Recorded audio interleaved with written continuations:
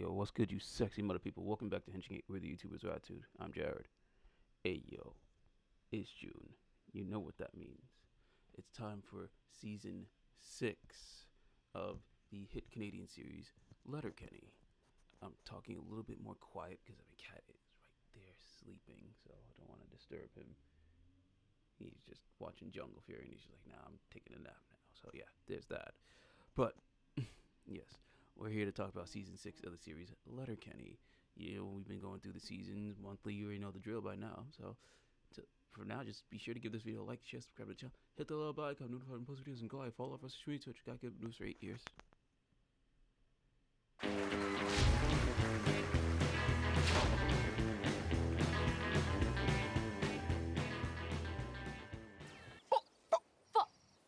Episode 1 of season 6. Well, this was a good way to start the season. I like how Wayne is now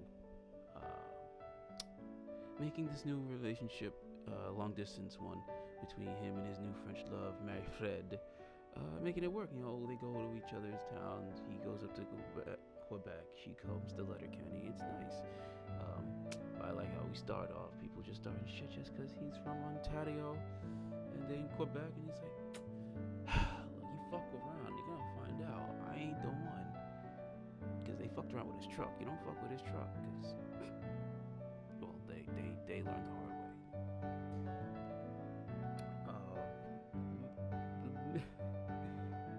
I think the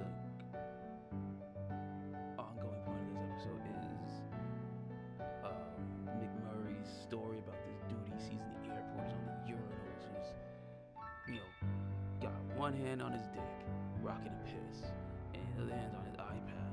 He's gotta do something so important.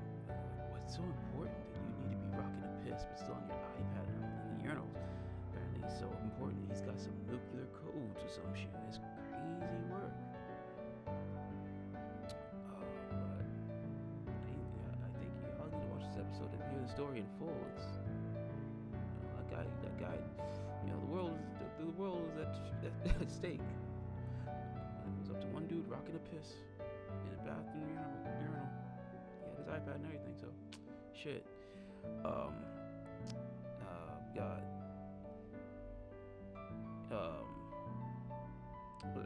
Jonesy and Riley have this bet going on with Ronzi and Daxie.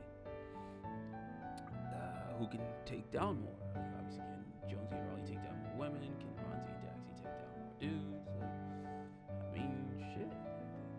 It's a bet we're going to focus in on every now and again throughout the season. The result won't shock you, but we'll get to that. Basically, yeah, like how I said, Wayne is enjoying his new relationship with Marie-Fred. Derry is also enjoying his new relationship with Anik, and these boys have thrown so much hip. This is just like crazy. Like, they're just like, damn. It's like it's just like non-stop. Go. I mean, it do be like that. It's just like on go. And it's just like, whew. You can throw so much hip. Stay hydrated when you do that. Stay hydrated. Let me see what else went on. We have Modine's 3 now. Have our new Modines. That's a good thing. Finally, shit. We need a bar in this town. Bonnie ain't too fond of Marie-Fred. Like how it's like back and forth, like how Marie-Fred's people aren't so fond of Wayne. Wayne's people aren't so fond of Marie-Fred, but like, no, I mean not all of the people. Like, obviously, it's just like you watch the episode, you'll understand. But obviously, Bonnie definitely wouldn't like Marie-Fred because, you know, Bonnie has a crush on Wayne. Blah blah blah blah blah. And then we finally ask, well, where's Stewart? Because, you know, he went off and got sober after the last season because of the dark web. So. Yeah, we see him rolled and gay in this new scene in the city. And oh yeah, right. It's summertime, boys. It starts like it's fitting how the Easter episode took place in April. Like we did the Easter review in April. This is summer. This is June, as we're doing this in June. It's bush season. It's gonna be a party. But we'll talk about that soon. But other than that, this episode's getting 5 stars.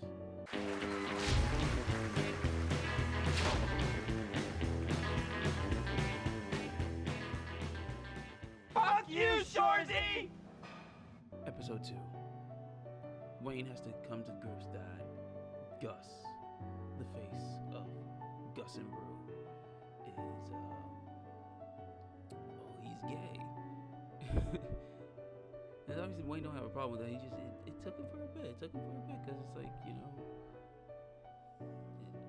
know what, you gotta watch this to understand. And who the fuck is so it is summer party time, but damn, it's rude because the cat just napping right here, bro. Fuck all the ducks. We got a bush party hosted by, obviously the Hicks.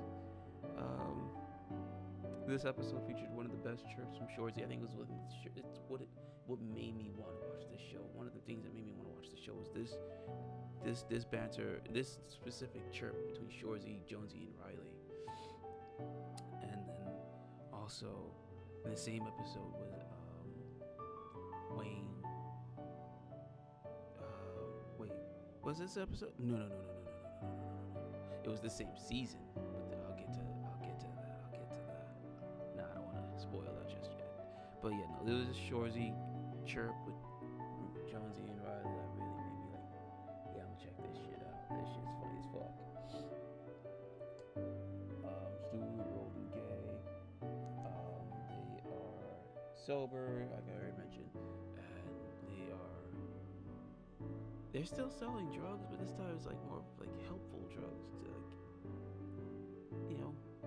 doesn't have any bad side effects. At least they're the ones selling it at clubs, but they're doing it in vigilante style. Goddamn, can't wait for the new season of Daredevil. Yeah, so there's that. That's their little thing. We'll get to see more of that in the next episode. And then, Jonesy and Riley. Not only did they have the best chirp with Shorsey, this is where they take down some Mennonites. They're on their little gap year, Rumspringa, stuff like that. There's a whole bit with Mennonites, how Wayne's like, damn, fucking they run. And Dan don't really like the Mennonites all too much, but we'll talk about that. I'm gonna give them the other nicknames that they say in this episode, in this series. It's like, I don't know if I should say that. I don't think I'm allowed to say that. So I'm just call them Mennonites. What else happens? They're hosting a bush party. Everyone getting turned. I already said Jonesy and Riley, they getting their dick wet. And then this chest puffer dude coming home for the summer, who's like, I'm the toughest dude in the city, in my college. Now I'm, basically saying I'm the toughest dude in Letterkenny. Dude come up here trying to be a chest puffer to Wayne, saying, yeah, I'm the toughest dude. Motherfucker looks like a reject Titanium Ranger. Dead ass. But, man, should have got the Titanium Morpher, my dude. Should have got the Titanium Morpher. Then maybe you would have had a chance. In this case, no. You ain't got no chance against Wayne. Just from... Oh, God. Everything about this show is so good, but this chirp between Shorsey and Jonesy and Riley is just iconic to me. It's iconic to me. And I didn't even know it was later into the series. But it is what it is. No, not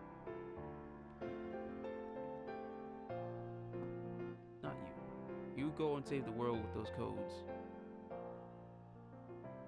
I digress. Yeah, this episode's getting 5 stars.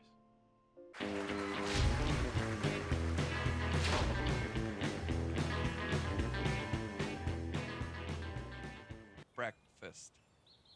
Attaboy. Episode 3. Well, attaboy, Derry. You said breakfast correctly. And you got one right this season. Basically, the Hicks gotta go save Stuart from the city. Because, you know, his vigilante ways is coming to bite him in the ass. But at the same time, I don't think they even really needed to be there. But at the same time, it's like they made a little adventure out of it. You know, giant buck hunter, food court, trying all the foods, dog rescue. Yeah, no. Reasons to do a lot of stuff in the city for the Hicks. It was a good time for them. More chirps between the hockey heads. Ugh. This time you got Betty Ann and Mary Ann. Before the incident in the boys. Before the A-Train incident. Still got Mary Ann, Betty Ann. Anyway. Yeah, no. Rolls is over here calling the Hicks out because Stuart's getting too big for Richard with his vigilante ways. I'm gonna keep doing that. Yes. And like, Stuart's not worried.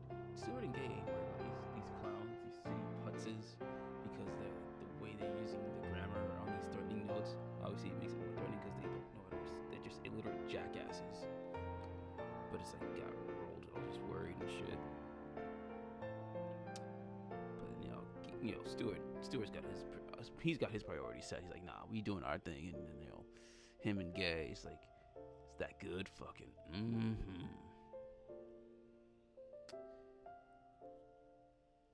Oh yeah, and then the list of things that Rondi and Daxie say they did, the list of takedowns that they said, I'm just like, my God, people said I'm bad.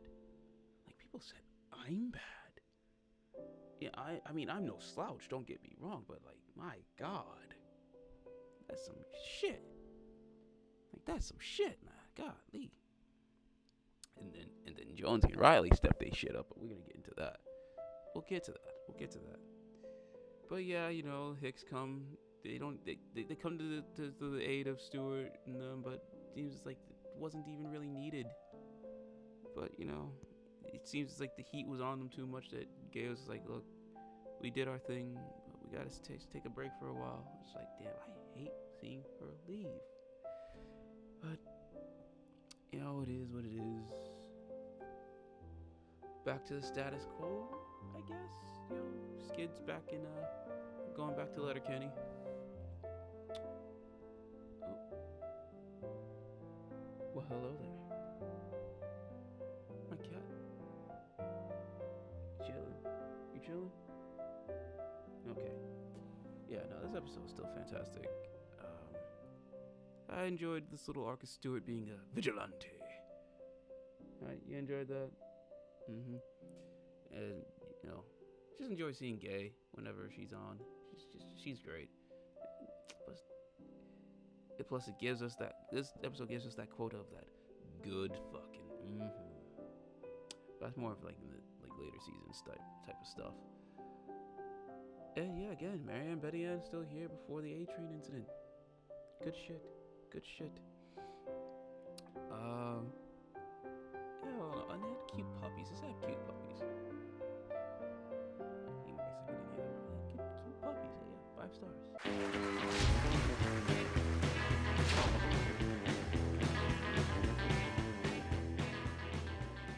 Oh, to be fair.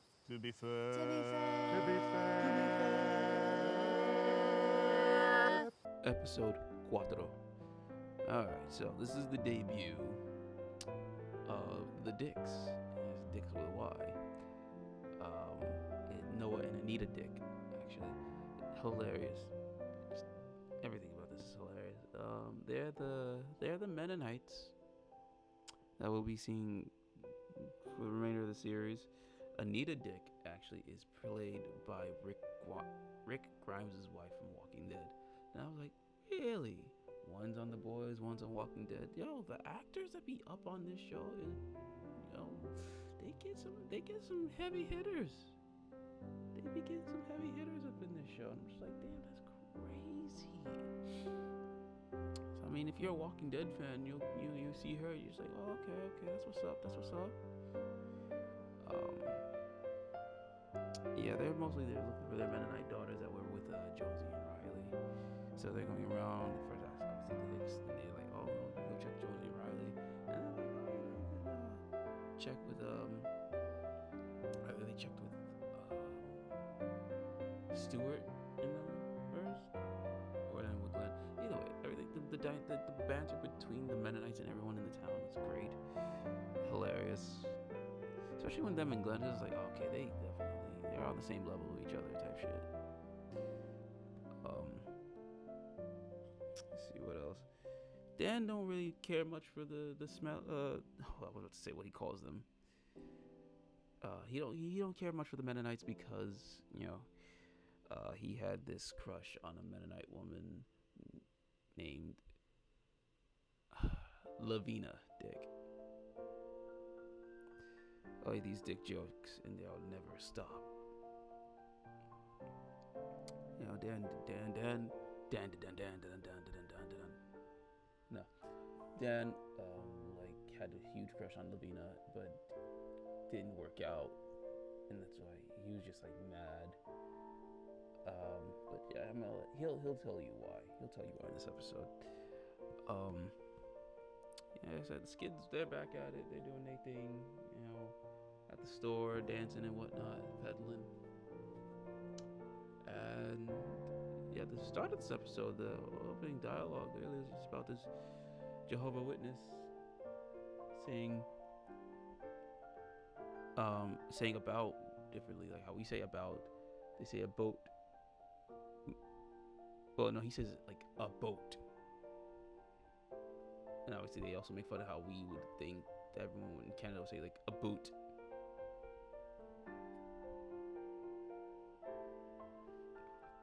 That was funny. I felt bad, but I'm like, sometimes you just feel bad for the Jehovah's Witnesses because you don't really give them the time of day. It's just trying to spread the message to God and whatnot. They're just doing everything. They're harmless. Unless they're really extreme with it, then it's you just gotta walk away slowly.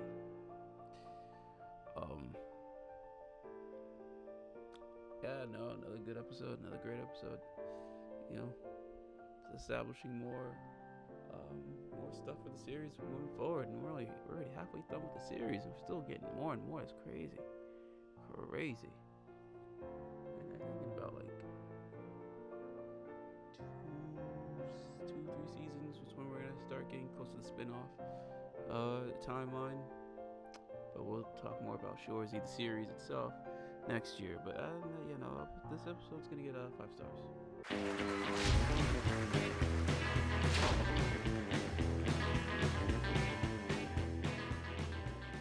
Extraterrestrial.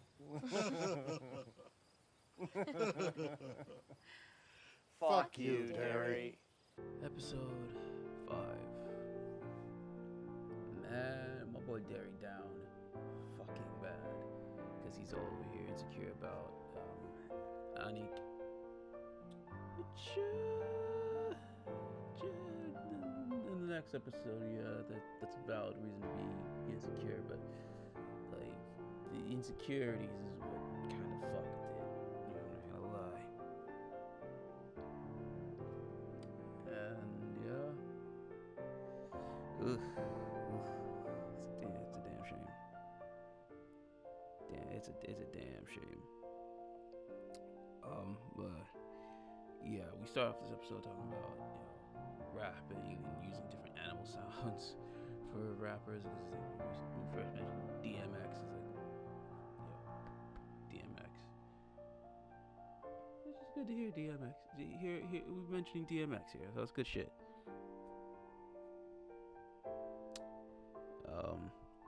Yeah, no, right? Damn. Okay, this episode's. Oh boy, I don't even know where to start. I don't even know where to go in this one. So I'm gonna go in the easier part, and then we'll get to the fucked part. So the main crux of this episode, there's a challenge at Modine's, the beer shot challenge. You gotta drink 100 shots without throwing up or anything. the hockey heads aren't participating in this because well, they got the clap from all their takedowns, and again, the list of takedowns that they said, my God, again, I am no slouch, but what the fuck, crazy shit, and like, it's like it looked so, it got so bad that all hockey heads, Jonesy, Riley, Ronzi, Daxie, all got the clap. For Jonesy and Riley, this is their first time.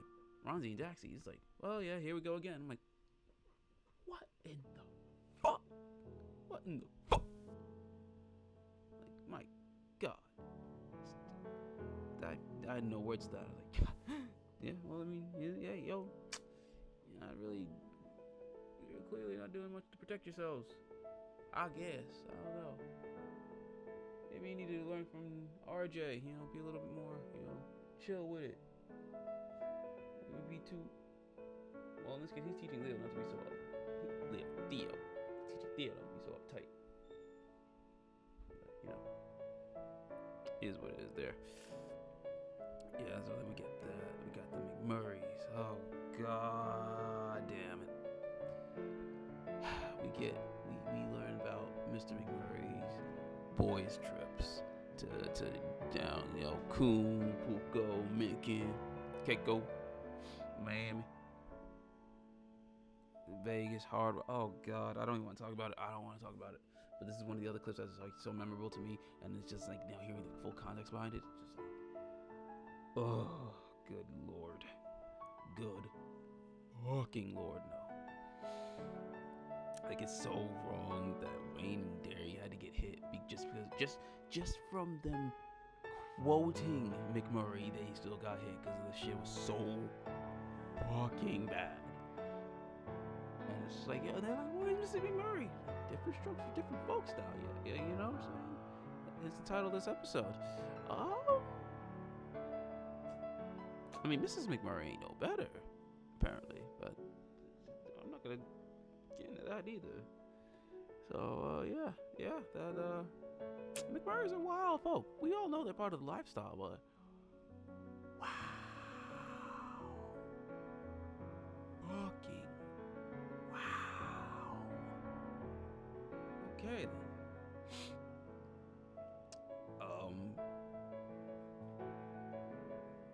Yeah, oh no, I think I'm gonna learn. I don't even think I want to take the beer shot challenge, considering, because I'm thinking, doing the Mighty Morphin Power Rangers movie drinking game, how many shots that's gonna take until you're done. Not even halfway through the movie, you're already gonna be done. If you take beer shots, you're gonna be fucked. But that's neither here nor there. This episode, hilarious. With Daryl, oh boy, Daryl, we'll get to you in a bit, my boy. Solid shit. Another memorable shit that made me really love this series. 5 stars.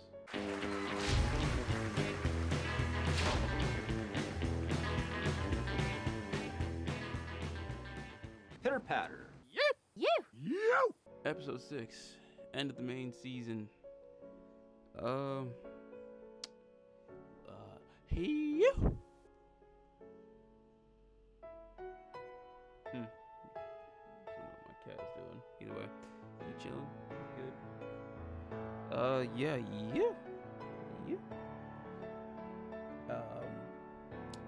Obviously, this is the debut of that phrase, that quote, that line, that word. Yeah. Because everyone in Letterkenny, because obviously it's a small town, bad gas travel faster than a small town.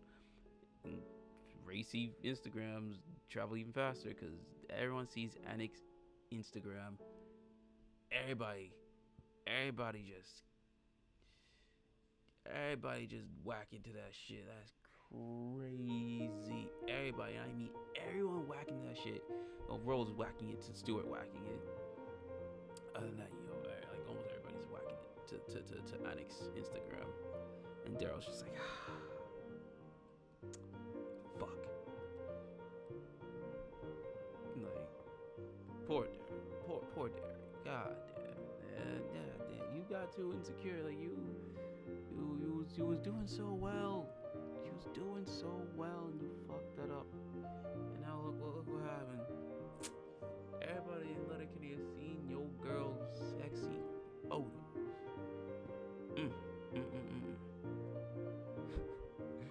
I mean,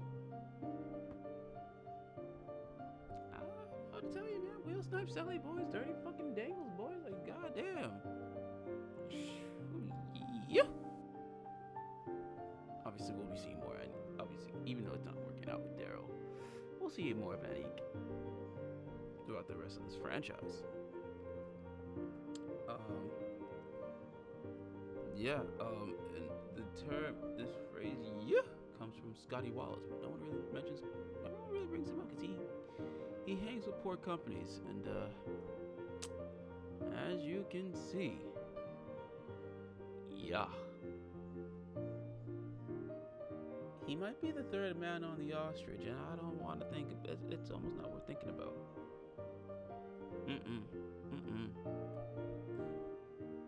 But we end this main season, because obviously we still got a holiday special. We end this main season on Wayne wanting to ask Mary Fred to marry him.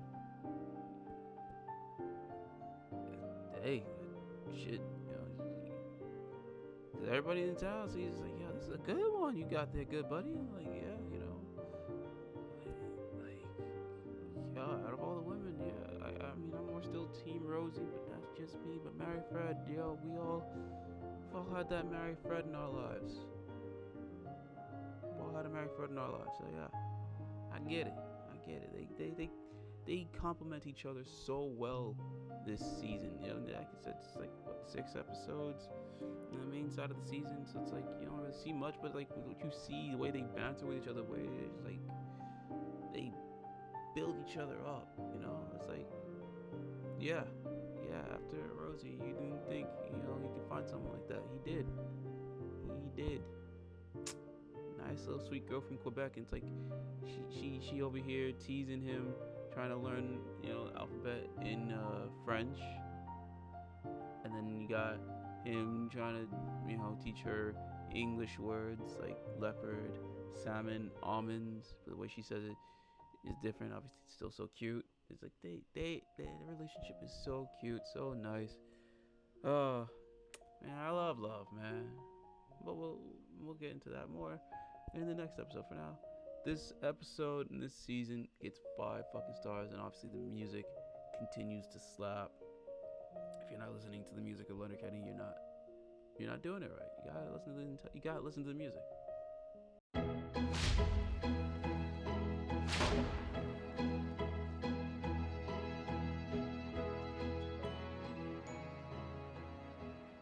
Happy Valentine's Day, you heartbreakers. Dream makers. Love takers. All right, this is the Valentine's Day episode.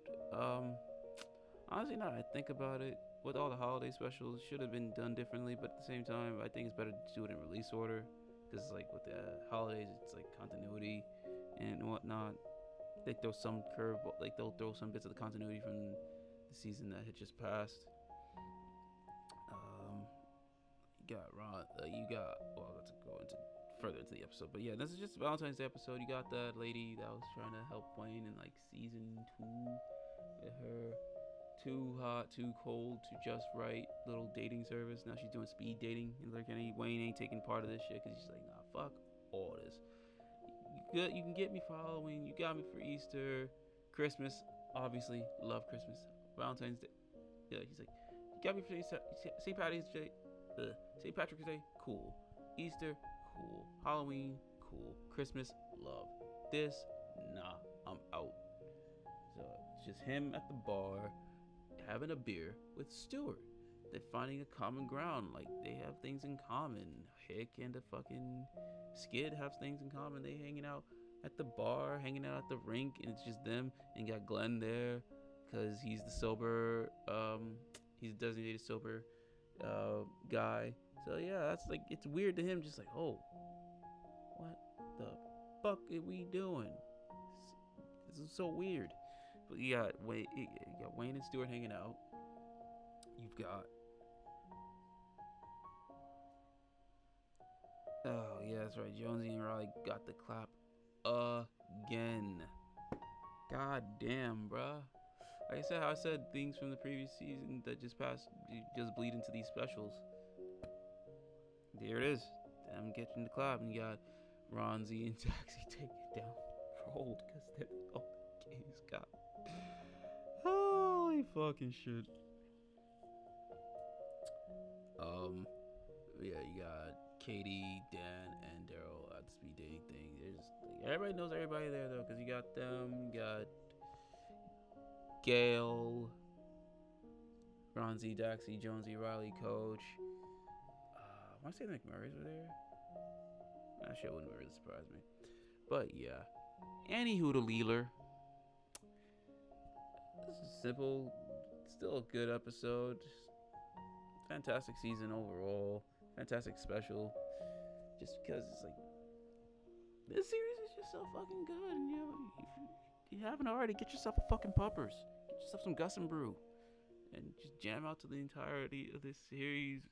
Jam out to all the music from this series. All that will be in the, that'll be in the description. Or at least if YouTube will let me post the links. Fucking YouTube, get it together. Yeah, I'm excited for season 7. This is just gonna be good. Well, I'm excited for parts of it. Other parts I'm not looking forward to so much. Ugh. Oh, I'm not ready. I'm not ready. So what did you think about this season of Letterkenny? What was your favorite episode? What was your favorite moment, quote, and whatnot? Sound all that in the comments down below. You can check out all of previous seasons. Seasons 1 through 5 are up right now. Be sure to stay tuned for season 7 coming soon. Obviously within the month of July. Check out all of our other stuff from Superhero Time. By the time this is up, I don't know how the release is gonna be looking, but be also on the lookout for our look at the 30th anniversary of the Mighty Morphin Power Rangers movie, where we play a drinking game. Play at your own discretion. Also check out our reaction to Shiny's Poet Artist music video, and stay tuned for all of our other content coming down the pipeline. Until then, we will catch you guys later. Peace.